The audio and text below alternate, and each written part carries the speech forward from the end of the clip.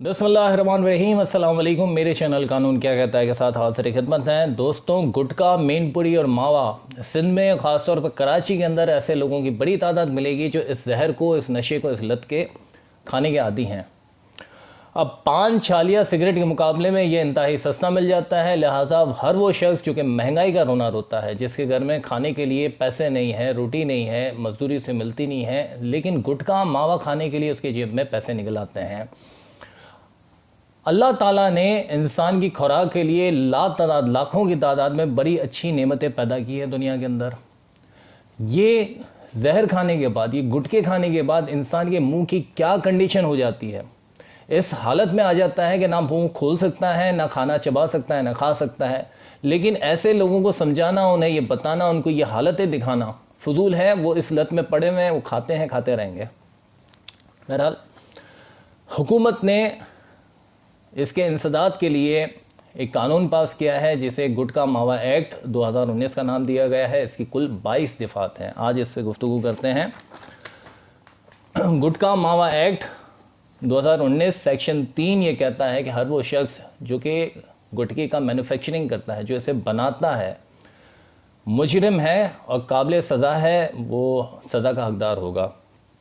Section 4 ये वाज़े करता है कि हर वो शख्स जो इसको बेचता है, जो इसको सेल करता है, पान की गेबन है, कहीं भी जगह थैली लेकर बेचता है गली के कोने में, जुर्म करता है, मुजरिम है और सज़ा का हकदार होगा।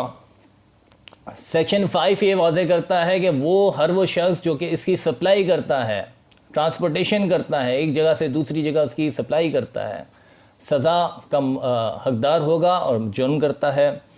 सेक्शन 6 ये वाज़े करता है कि हर वो शख्स जिसकी जगह में, जिसकी दुकान है, कारखाना है, घर है, मालिक मकान है, किराए पे जगह दी है, किराएदार उसका ये मैन्युफैक्चरिंग करता है, लेकिन उसके अंदर बड़ी ज़बान नहीं हो सकता। वो मालिक मकान जिसकी जगह पर, जिसकी प्रेमाइसिस पर ये कारोबार किया जाए, मैन्युफैक्चरिंग की जा रही है, वो भी सज़ा का हकदार होगा।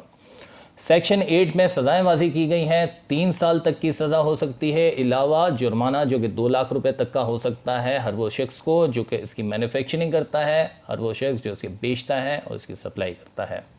नॉन बेलेबल ऑफेंस है। अब सेक्शन 9 गुटखा मावा एक्ट एक छोटा ऑफेंस वाज़े करता है, बेलेबल ऑफेंस है सेक्शन 9।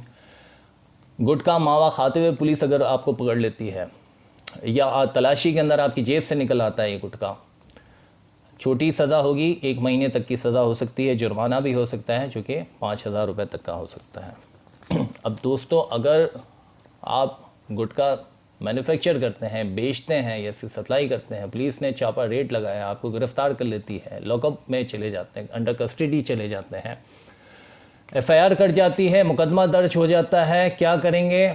अमूमी तौर पर ऐसे मुकदमात के अंदर पुलिस ही मुद्दई होती है, पुलिस इसकी विटनेस होती है। तो हर वो मुकदमा जिसके अंदर पुलिस ही मुद्दई हो, पुलिस ही उसकी गवाह हो, कमज़ोर समझा जाता है। आज की वीडियो देखने के लिए शुक्रिया। इंशाल्लाह अगली वीडियो में फिर मुलाकात करेंगे। तब तक के लिए अल्लाह हाफ़िज़।